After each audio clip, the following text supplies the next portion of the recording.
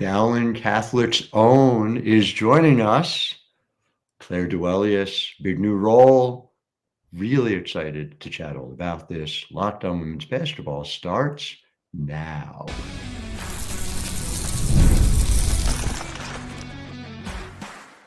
You are Locked On Women's Basketball, your daily podcast on women's basketball. Part of the Locked On Podcast Network, your team every day.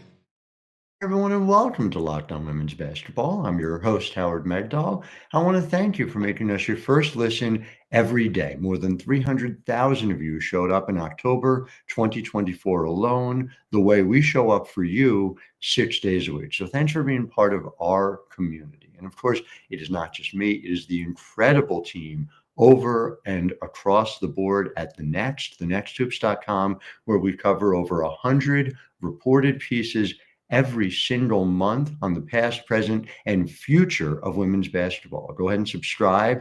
$9 a month, $72 a year. You get all those direct to your inbox. It is the women's sports publication and the women's basketball publication we've all been waiting for. No more waiting. It's here. And no more waiting for Unrivaled, which we will be covering, by the way. I was just talking about this a little bit before, with full team coverage, full speed ahead, heading to a January 17th, 2025 tip-off. It will be on TV. It will be something we haven't seen before. And so by way of introduction to Clare Duwelius, who's been on the show before, who is the general manager at Unrivaled. We're getting into exactly what that means. I just think it's important that listeners know, and Clare, forgive me this point of personal privilege before we get into the conversation. When openings for general manager spots in WNBA teams came up, your name was always atop the lists I would hear from executives when they say, but Clare's never leaving. And the idea that you would be gettable was something that was like ruled out. And so Unrivaled is this different thing. It's a different role, obviously, and we'll get into it. But I guess I wonder for you, how interesting was it to hear from Unrivaled, and how different was sort of that approach? So what in the first call I'm sure you got? Yeah, and just to start, Howard, thanks for having me on. Yeah, it was an opportunity that I thought was really enticing for me and kind of my skill set, just because I've had the great privilege of working among the best, some of the best people, the best organization, brilliant mind in Cheryl Reeve, with Minnesota for over a decade. And I'm super proud of the time that I had there, and obviously learned a lot. But what I thought was really exciting for this position was it's brand new and it's innovative, and kind of the opportunity that I saw is that I could put my fingerprints on something that is exactly what the players need. It's player centric. And I think that's what was really exciting for me. I get to do a little bit of everything, which I've always loved. And so that was kind of what pulled me and drew me to it almost immediately. Not to mention working alongside the best athletes in the world, which has always been of paramount importance to me. It's executive vice president and general managers, the full title. And so it's interesting to me, obviously, you're not making trades with other startup leagues. It's a different, it's a different scenario, but it also, like you said, you have the chance to work on player experience. Player procurement, though, by the time you got to this point, was largely complete. I mean, what role do you play in that? And then related to that, is that part of your thinking about this over the long term? Right? How are we shaping this league, bigger picture down the line? Yeah, it's all about creating opportunities for the players to stay stateside. But you're right. When I first, fully committed to Unrivaled, a lot of the work had been done in the way of player procurement, like you're saying.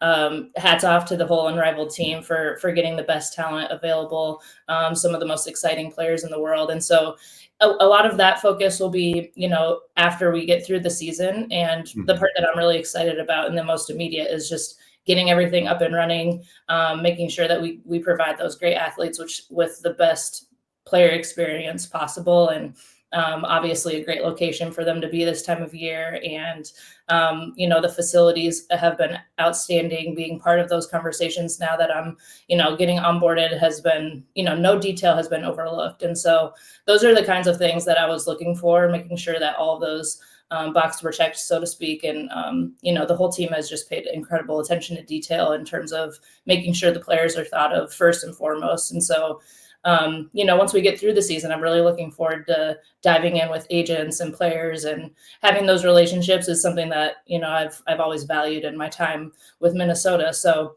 just kind of building on that and kind of having like my voice be the one that's heard is really exciting to me as well.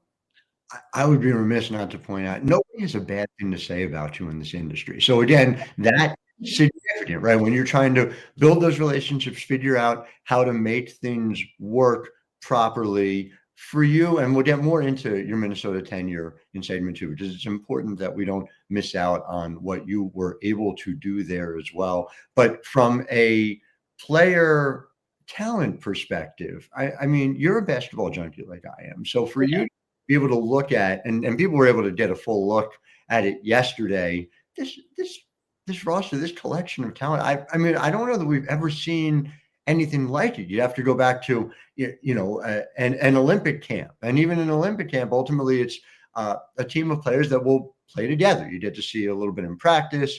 But this is an opportunity to see the best players in the world all in one place playing against each other. Have you kind of taken a step back and say, forget the executive vice president part, the general manager part. Oh my God, look at what we're about to get to watch.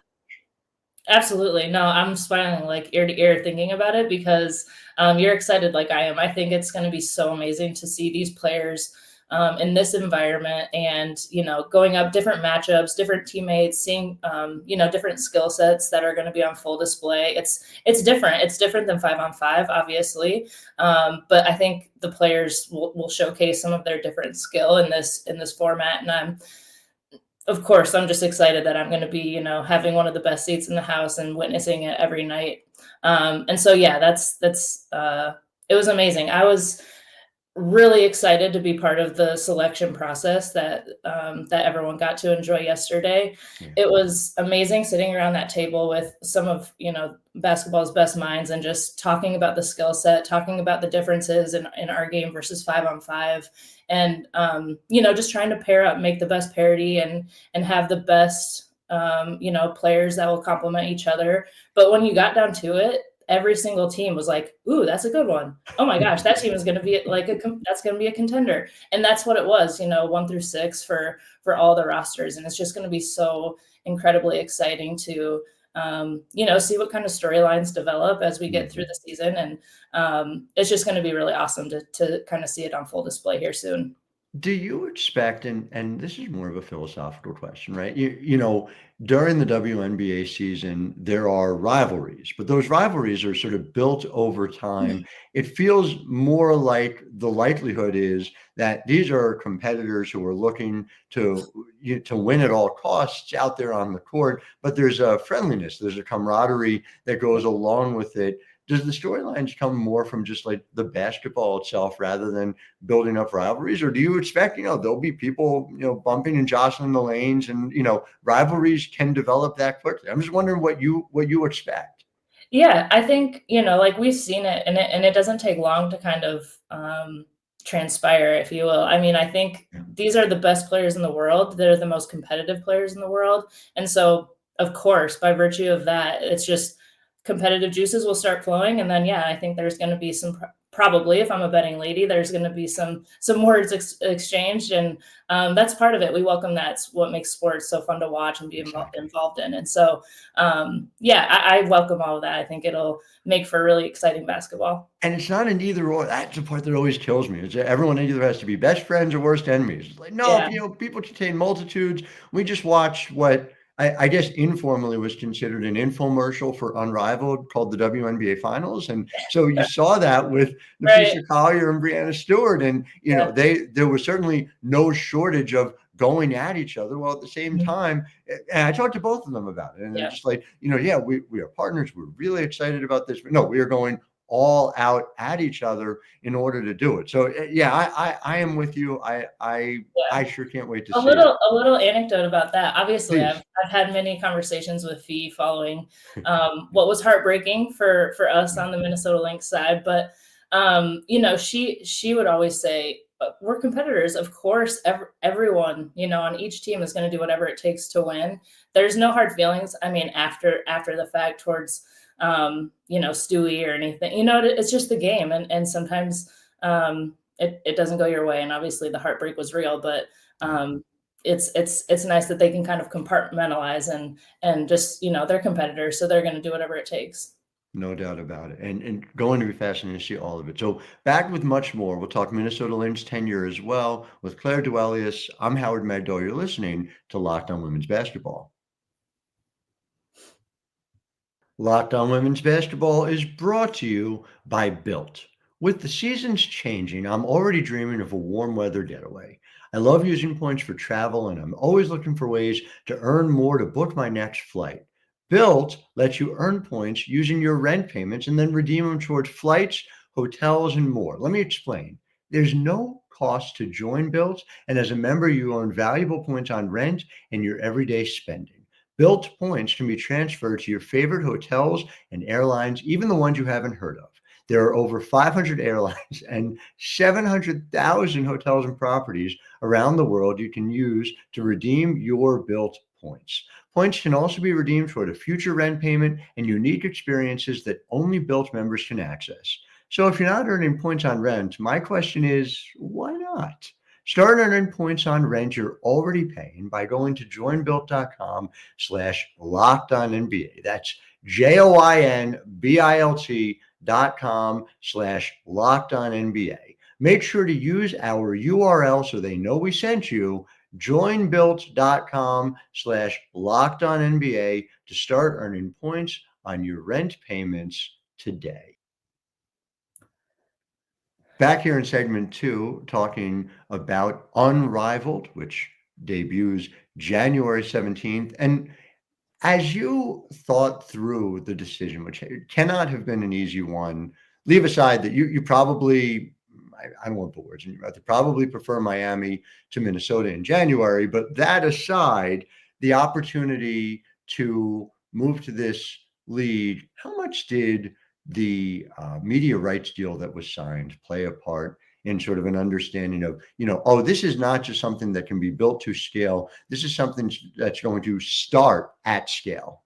Right. Yeah, no, it was incredible. And that was honestly a huge factor because it just shows the investment. It will, inevitably bring financial stability to the league and fans know where to find it. And, just the exposure that the players will have. It's huge. It's can't be understated, and I think, hats off to the investors that kind of stepped up and, did this because they saw the vision even before our product has hit the floor. And so kind of that buy-in is just something that obviously the players deserve, but couldn't be more happy that that's the situation that Unrivaled is in. It's when you put it on and where people can find it, the fans are immediately, drawn to it and there's that instant interest. And so it was a no-brainer, but to have that, signed, sealed, delivered is huge for the league for sure. It's fascinating to me, because so much of the conversation, as you know, with the W over the past decade has been building that on-ramp. And it just feels like from day one, there's this on-ramp already welcoming people to Unrivaled. And so even from the perspective of knowing that there's a willingness to invest, I do take you back to your Minnesota Lynx tenure, to the fact that so much of what you guys were building, that Carly Knox was building, that, obviously what Cheryl was building on the court as well, it feels like it helped pave the way for this to happen automatically, for this to be something that on day one is turnkey. Do you reflect on that time in terms of what was built infrastructure wise in ways that go beyond just even, the success on the floor, the success for Minnesota itself? Absolutely. Yeah. I mean, hats off. Carly does a great job, especially on the business side and just, kind of pushing the envelope and not settling, making sure that, if there's ever a marginalized group, that she was going to advocate for that. And so business wise is no different, like we weren't going to accept anything less than. And so, that's kind of something that has just been ingrained in me for the past decade plus. It's the only thing that I've ever seen as a professional in sport. And so, obviously that was exactly what I was looking for in my next venture. And so, to see that kind of carry through, it's the exact landscape, across women's sports now. Like you see it because these voices have been heard and they haven't gone away at any point, while we're fighting for what, professional female athletes deserve.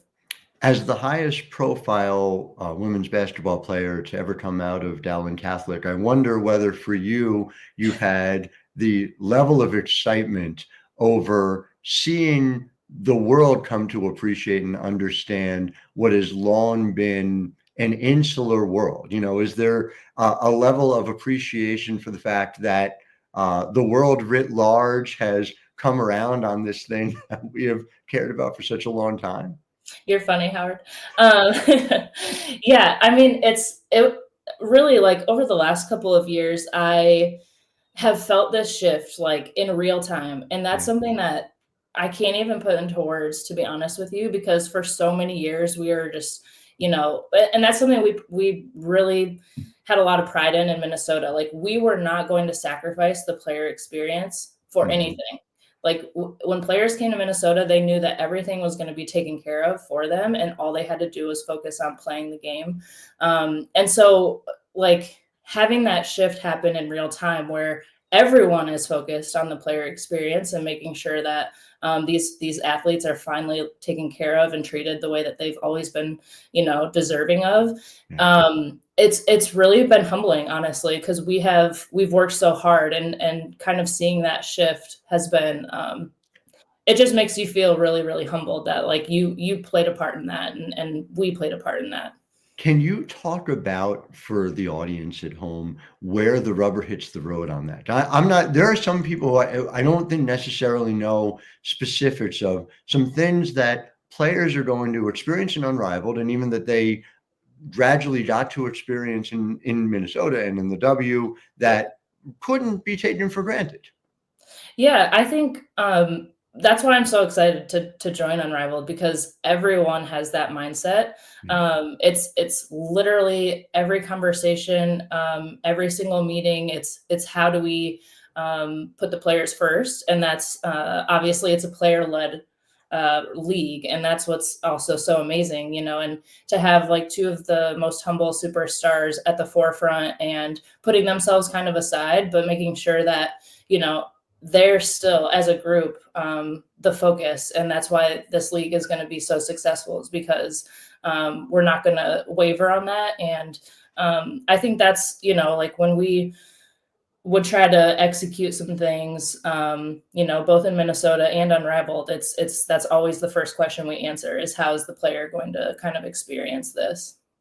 Have you thought about, I'm sure you have, but the impact this is going to have on the massive number of stars in this league having a real off season? The fact that, I mean, you're effectively looking at a quarter of the league, and you could argue, based on what kind of metrics you use, the top quarter of the league. Certainly, most of the very best players in the WNBA are going to come into 2025 and have a normal offseason experience, not 12 months of playing, not the WNBA finals over and now you're flying to Europe in 36 hours, or vice versa.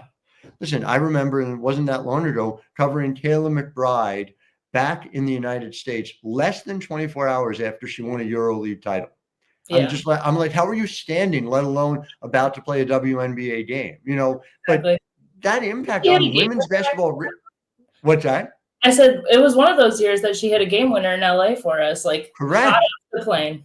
Yeah. It blows your mind to see, but it shouldn't be, right? And so, what kind of impact do you think that's going to have even on the quality of play, both frankly and Unrivaled, which we're about to see, because it'll come following a period of rest for players, but also in women's basketball moving forward. Yeah, I mean, this is so layered, but it's obviously such an attractive option for players. I love how thoughtful the structure of the games was for unrivaled management at the inception of this, but making sure that we prioritize family and making sure that they have a good work-life balance. And so being able to enjoy the holidays, being stateside. One of the best things about the conversation we had when we are designating club selection was there's such a heavy emphasis on the player development and enhancing skill while they're here. So obviously, Alex spoke on it on this podcast. Like that was his life. It was going to NBA, like the NBA players, they would just be training and working on their body, their diet, whatever it was. And that's going to be very, very prevalent here. And that's going to be amazing. It'll bleed right into the WNBA season. They're going to be honed skill set and ready to go, which is a perfect complement. And I think it's striking that perfect balance for the players to train and get ready and compete at a high level and unrivaled. And then obviously, they're stateside and they get to enjoy all the things here domestically that they've always communicated is attractive for them.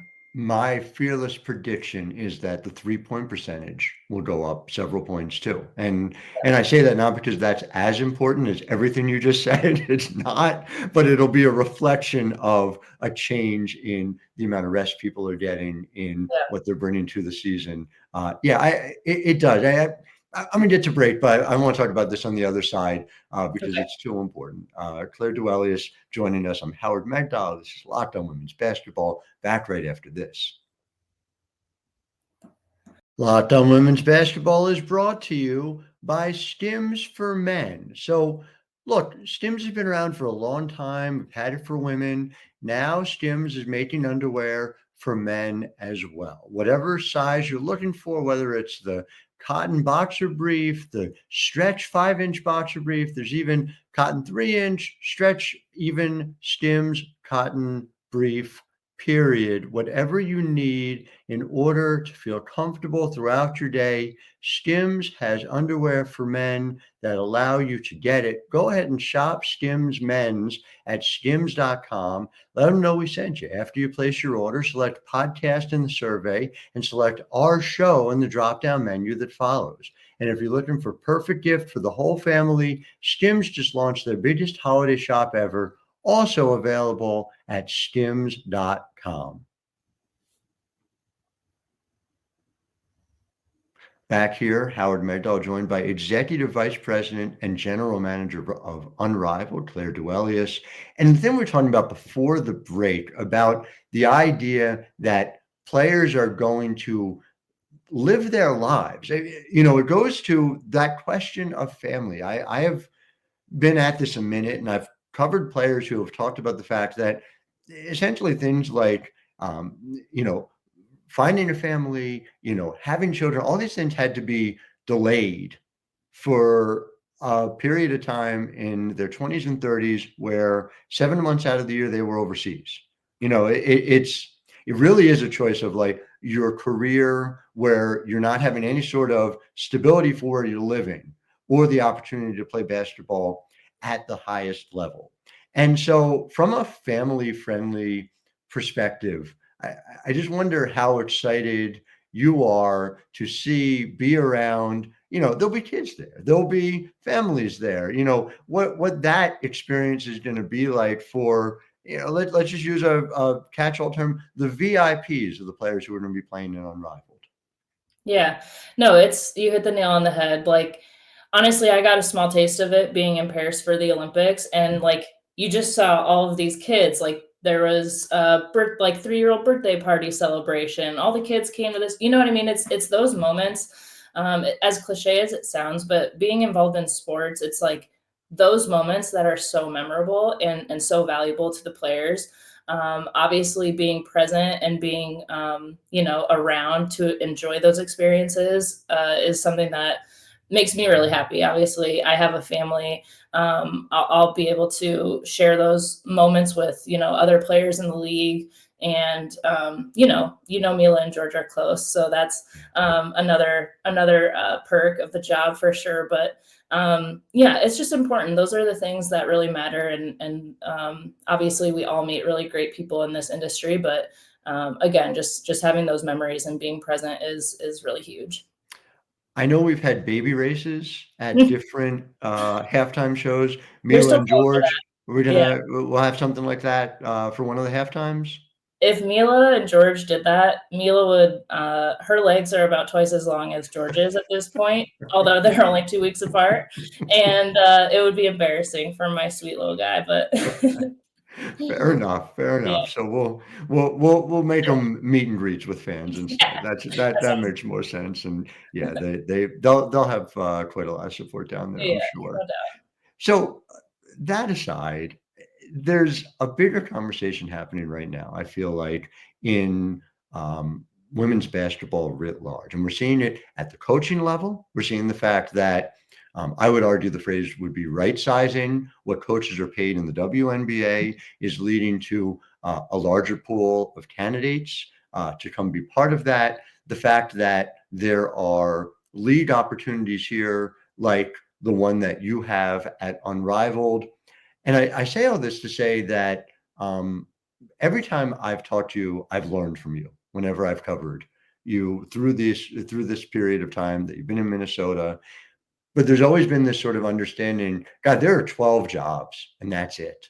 Yeah, And typically the front offices did not even have a lot of people in their front offices. Just the fact the AGM slot that you yeah, occupied in Minnesota, I believe was the first AGM slot that the WNBA had. Now that's becoming more normal. You ultimately got promoted to GM.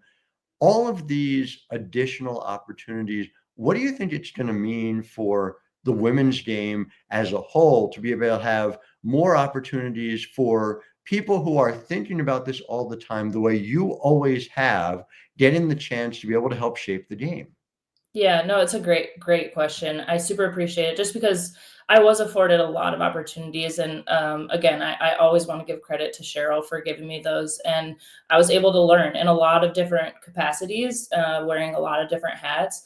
I appreciate your kind words. I think for me, it's amazing. I mean, I really, especially, we've always tried to give opportunities to former players and that sort of thing. And so seeing those opportunities kind of expand across the league is of course the goal. And again, it's because of Trailblazers that kind of like made positions and afforded young professionals those opportunities, and just kind of allowed for mistakes. Like whenever I stepped into a new role, I never pretended to know everything. And I think like having the ability to ask questions, having a safe place where you can, like bounce ideas, whether you're confident in them or not, was how I kind of learned and grew.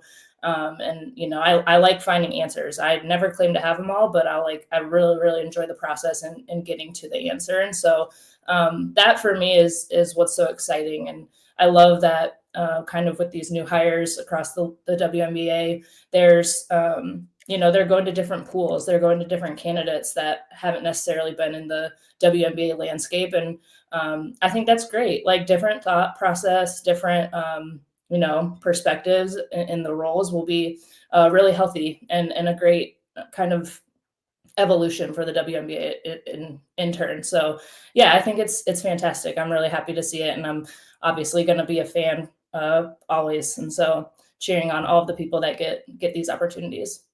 It's amazing for me to see, because in this job, I'm privileged to meet people who have dedicated their lives to this. And Yeah. so finding those opportunities expanding and seeing more people get those chances, something really significant. And it's wonderful to see. I do have to ask this question, and it's a question on everyone's mind. And there's a player who went to Dowling Catholic. She was one of the great stars. She then went on to win the Northern Sun Intercollegiate Conference title as a freshman. There are 2 wild cards remaining. Mhm. Claire, are you going to play in this year's version of Unrivaled? You know what? Conflict of interest, number one. And number two, I hung up my shoes long, long ago, but appreciate the question, Howard, of Sure. course. Yeah. Had to be asked. It Had to did, be yeah. asked. I, I'm I, sure I'm I, the young Catholic grad that you're really curious about. if you have another one in mind, well, you'll have to let me know Oh, about it. But nothing's coming. Clare Duwelius, it's always a pleasure to see you. It's always Likewise. great to chat basketball with you. It will not be close to the last time. Thank you for your time. To our audience, thank you for making us your first listen every day. I will be back with you tomorrow, as of course we are 6 days a week. Until then, I'm Howard Megdal, wishing you a wonderful day.